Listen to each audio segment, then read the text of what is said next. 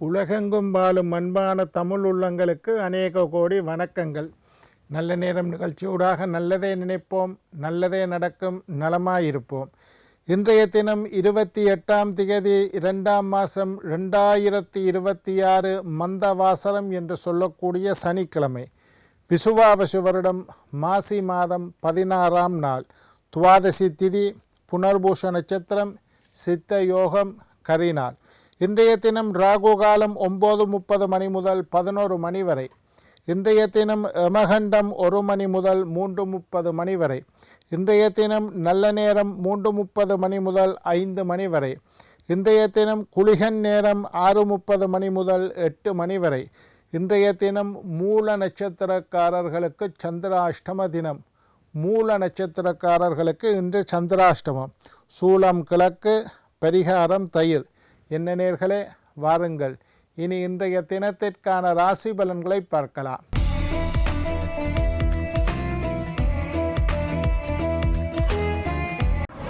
மேஷம் அலைச்சல், ரிஷபம் நிம்மதி, மிதுனம் பாராட்டு, கடகம் அமைதி, சிம்மம் நன்மை, கன்னி லாபம், துலாம் செலவு, விருச்சிகம் வெற்றி, தனுசு பொறுமை, மகரம் பரிவு, கும்பம் பணிவு, மீனம் ஓய்வு.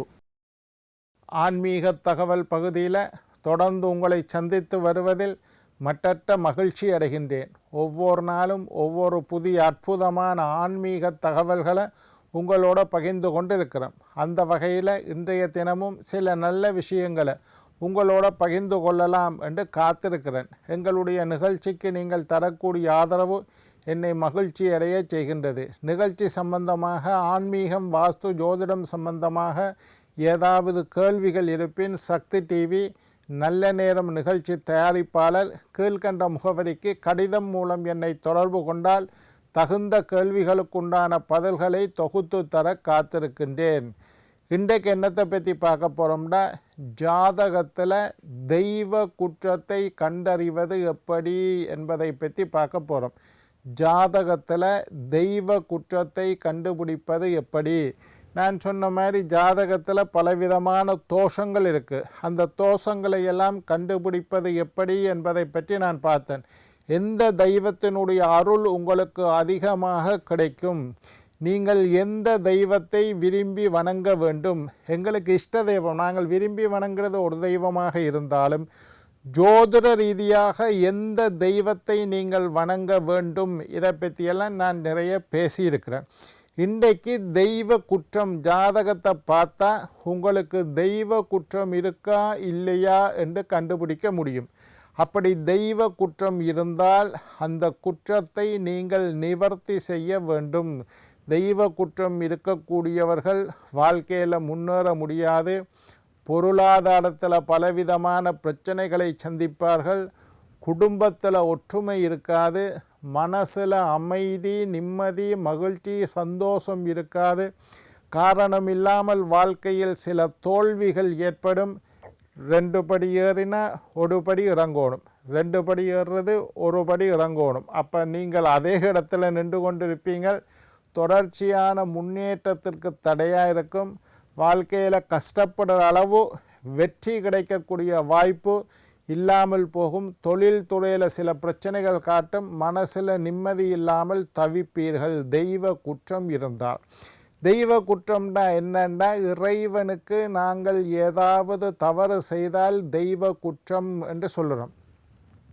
முதலாவது அநேகமாக தெய்வ குற்றம் எப்படி வருதுண்டா, தெய்வம் எங்களை கோவிக்காது, அப்படி கோவிச்சா அது தெய்வமே இல்லை. தெய்வ குற்றம் என்றால் நீங்கள் இறைவனுக்கு ஏதாவது செய்வதாக நேர்த்தி வச்சுட்டு செய்ய தவறினால், சில பேருக்கு பார்க்குறேன் 5 வருஷமாக பிள்ளை இல்லை, உடனே கோயிலில் போய் நேர்த்தி வைப்பினோம், எனக்கு ஒரு ஆண் குழந்தை பிறந்தால் நான் உன்னோட கோயிலுக்கு கொண்டு வந்து மொட்டை அடிக்கிறேன் என்று நேர்த்தி வைப்பினோம்.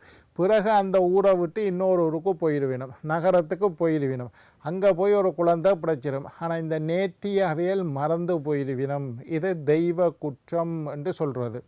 ரெண்டாவது ஏதாவது நேர்த்தி வச்சு அவசரத்தில் நேர்த்தி வைக்கிறது. அப்படி நேர்த்தியை வச்சுட்டு அதை நிறைவேற்றாமல் விட்டால் அது தெய்வ குற்றமாகும்.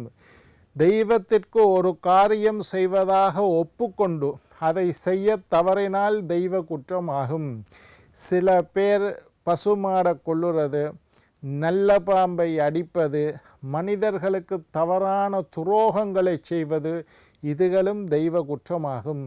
பிராமணர்களுடன் பிரச்சனைப்படுவது, பிராமணர்களை துவேசிப்பது, பிராமணர்களை பழிவாங்குவது, இதுவும் ஒரு வகையான தெய்வ குற்றமாகும்.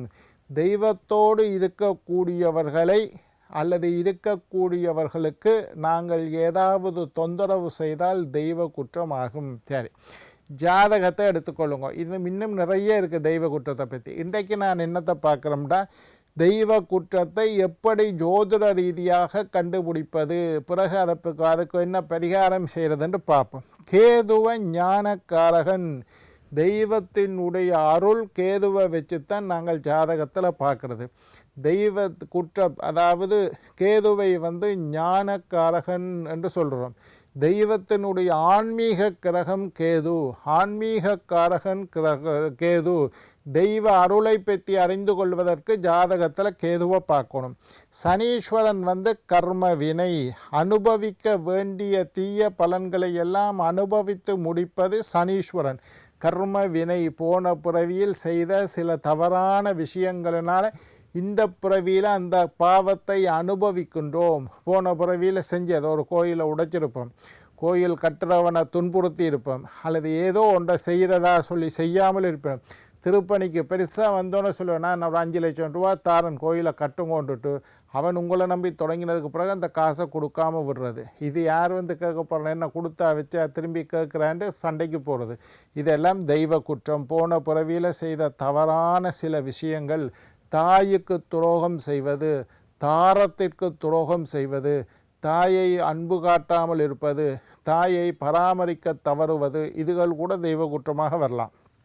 சரி, கேது சனி இந்த 2 கிரகத்தையும் வச்சுக்கொண்டு தெய்வ குற்றம் உங்களுக்கு போன பிறவியில் இருந்திருக்குதா என்று கண்டுபிடிக்கலாம். 1, சனீஸ்வரனும் கேதுவும் 5வது வீட்டில் சேர்ந்திருந்தால், ஞானக்காரகன் தெய்வ அருளை குறிக்கக்கூடிய கிரகம் கேது பகவானும், கர்ம வினைகளை குறிக்கக்கூடிய கிரகம் சனீஸ்வரனும், பூர்வ புண்ணிய ஸ்தானம் என்று சொல்லக்கூடிய 5வது வீட்டில் சேர்ந்திருந்தால் உங்களுக்கு தெய்வ குற்றம் உண்டு. சனீஸ்வரனும் கேதுவும் 7வது வீட்டில் சேர்ந்திருந்தால் நீங்கள் ஏதோ போன பிறவியில் ஏதோ தெய்வத்துக்கு தவறான காரியத்தை செய்ததனால் தெய்வ குற்றம். தெய்வத்தை நிந்திப்பது, இறைவனை மதிக்காமல் விடுவது, இறைவனுடன் சண்டை போடுவது, இதெல்லாம் தெய்வ குற்றம். சரி, தெய்வ குற்றம் உண்டு. சனி கேது இது 2ம் எங்கேயாவது 5லையும் 7லையும் சேரவே கூடாது. எங்கே சேர்ந்திருந்தாலும் லேசான தெய்வ குற்றம் உங்களுக்கு உண்டு. தெய்வத்திற்கு போன பிறவியில் ஏதோ சில தவறுகளை நீங்கள் செய்து விட்டீர்கள். அதனால தான் இந்த பிறவியில் உங்களுடைய ஜாதகத்தில் சனியும் கேதுவும் சேர்ந்து 5வது வீட்டில், 7வது வீட்டில், 9வது வீட்டில் இருக்கிறத பார்க்கலாம். சரி, இப்போ துலா ராசியில் சனியும் ராகுவும் சேர்ந்திருந்தால், துலா ராசி மேஷம், ரிஷபம், மிதுனம், கடகம், சிம்மம், கன்னி, துலா ஜாதக கட்டம், 1வது கட்டம் மேஷம், 2வது கட்டம் ரிஷபம், 3வது கட்டம் மிதுனம், இப்படி எண்ணி வரைக்குள்ள துலாம் என்கின்ற சொல்லக்கூடிய கட்டத்தில் சனியும் ராகுவும் சேர்ந்திருந்தால் உங்களுக்கு பெண் சாபம் உண்டு. சனியும் ராகுவும் சேர்ந்தால் பெண் சாபம் உண்டு. ஒரு பெண்களுக்கு நீங்கள் செய்யக்கூடாத விஷயத்தை செய்ததனால் அந்த பெண் மனம் வருந்தி உங்களை சபிச்சிருக்கின்றார். பெண் சாபம் உண்டு. ரிஷப ராசியில் கேதுவும் சனியும் சேர்ந்திருந்தால் கணவன் மனைவிக்கு செய்த துரோகம் என்று அதை காட்டுது. இதில் ரிஷபராசி, 2வது ரிஷபராசியில் கேதுவும் சனியும் சேர்ந்திருந்தால் கணவன் மனைவியை ஏமாற்றியது, மனைவிக்கு துரோகம் செய்வது, ஒரு மனைவியை, அழகான அன்பான மனைவியை வைத்துக்கொண்டு இன்னொரு பெண்ணுடன் தொடர்பில் இருப்பது, இந்த மாதிரி பெண் சாபம், மனைவியினால் ஏற்பட்ட சாபம் உண்டு என்று ஜோதிட சாஸ்திரம் சொல்லுது. விருச்சிகத்தில் சனியும் ராகுவும் சேர்ந்திருந்தால் விருச்சிக ராசியில் மேசம், ரிஷபம், மிதுனம், கடகம், சிம்மம், கன்னி, துலாம், விருச்சிக ராசியில் சனியும் ராகுவும் சேர்ந்திருந்தால் பங்காளிகள் அல்லது உடன் பிறந்தவர்களால் உங்களுக்கு சாபம் உண்டு. உங்களோட ஜாதகத்தை எடுத்து பாருங்க. விருச்சிகம் எதுன்னு தெரிஞ்சிருக்கணும். விருச்சிக ராசியில் சனியும் ராகுவும் சேர்ந்திருந்தால் பங்காளிகள் அல்லது உடன் பிறந்தவர்களுடைய சாபம் உண்டு. அவர்களுக்கு போன பிறவியில் பங்காளிகளுக்கோ உடன் பிறந்தவர்களுக்கோ நீங்கள் துரோகம் செய்துள்ளீர்கள், பழி வாங்கியுள்ளீர்கள், அவர்களுக்கு தீமை செய்துள்ளீர்கள், அவர்களது சொத்தை அபகரித்துள்ளீர்கள். இந்த மாதிரி ஏதாவதுனால பங்காளிகள் உடன் பிறந்தவர்கள் சாபம். மிதுனம், மூன்றாவது மிதுனத்தில் சனியும் கேதுவும் சேர்ந்திருந்தால் நண்பர்கள், தொழில் செய்யக்கூடியவர்கள், குடுக்கல் வாங்கல் சம்பந்தமாக உங்களுக்கு சாபம் ஏற்பட்டுள்ளது. சில பேர்கிட்ட காசை வாங்கிட்டு கொடுக்காமல் ஏமாத்தியிருப்பீங்க. சில பேருக்கு கொடுக்க வேண்டிய காசை கொடுக்காமல் விட்டிருப்பீர்கள். சில பேரை வேலை வாங்கிட்டு அவைகளுக்கு காசு கொடுக்காமல் ஏமாற்றிட்டு நான் பெரியாள், நான் கட்டிக்காரன், ஒரு மாதிரி காசு கொடுக்காமல் நான் வேலை வாங்கிட்டேன் என்று சில பேர் பெருமையாக சொல்லுவினோம். அதெல்லாம் பாபமாக மாறும். ஒருத்தன் உடல் உழைத்து கஷ்டப்பட்டு சிரமப்பட்டு நெத்தி வேர்வியை நிலத்தில் சிந்தி எங்களுக்காக ஒரு காரியத்தை செய்யும்போது அவனுக்கு நாங்கள் பணத்தை கொடுக்கணும். அது கொடுக்கலன்னா அது ஒரு சாபம். தனுசில் சனியும் ராகுவும் சேர்ந்திருந்தால் பிராமண சாகம். கடகத்தில் சனியும் கேதுவும் சேர்ந்திருந்தால் பெற்றதாயின் சாபம். கடகத்தில் சனியும் ராகுவும் சேர்ந்திருந்தால் நம்பிக்கை மோசடி.